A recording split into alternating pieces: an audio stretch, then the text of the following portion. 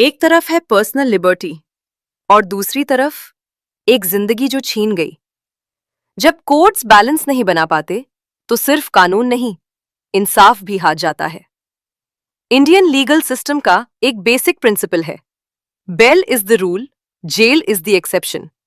लेकिन supreme court ने बार बार यह क्लियर किया है कि जब बात हीनियस क्राइम्स की हो, जैसे मर्डर या डोवरी डेथ, तो कोर्ट्स को एक्स्ट्रा कॉशियस होना पड़ता है, क्योंकि यहां सिर्फ एक अक्यूज्ड की लिबर्टी नहीं बल्कि एक विक्टिम के जस्टिस का सवाल होता है।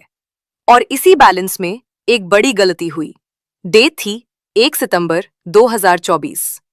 एक यंग वुमन अपने मैट्रिमोनियल होम में सस्पिशियस सर्कमस्टांसेस में डेड पाई गई। शादी को सिर्फ 1.5 साल हुए थे और लॉ के हिसाब से ये एक रेड फ्लैग है।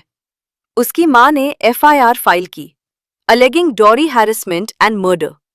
पोस्टमार्टम रिपोर्ट ने जो रिवील किया वो और भी शॉकिंग था। बॉडी पर multiple injury marks, head injury severe, death due to haemorrhage and shock. अब सवाल ये था, अगर ये सुइसाइड था तो ये पुराने घाव कैसे आए?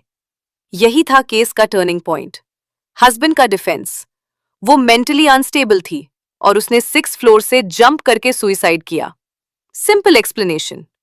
प्रोसिक्यूशन का स्टैंड, ये क्लियर डाउरी डेथ है, marriage with in 7 years, continuous harassment और सबसे इंपॉर्टेंट प्री एग्जिस्टिंग इंजरीज। मतलब अगर जंप भी किया तो उससे पहले क्या हुआ? यहां आता है सबसे शॉकिंग पार्ट। पटना हाईकोर्ट ने अक्यूज्ड को बेल दे दी। रीजन? ट्रायल स्लो चल रहा है, सिर्फ 2 विटनेसेस एग्जामिन हुए हैं। अक्यूज्ड काफी टाइम से कस्टडी में है। एक तरह से कोर्ट ने सिर्फ प्रोसीजर देखा, एविडेंस नहीं, और यहीं सिस्टम ने फेल किया। केस गया सुप्रीम कोर्ट के पास और वहां से आया एक स्ट्रॉन्ग रिएक्शन।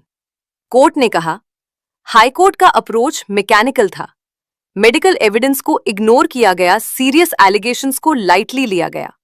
सुप्रीम कोर्ट ने क्लियर बोला, सिर्फ कस्टडी पीरियड या स्लो ट्रायल हेनियस क्राइम्स में बेल का ग्राउंड नहीं हो सकता।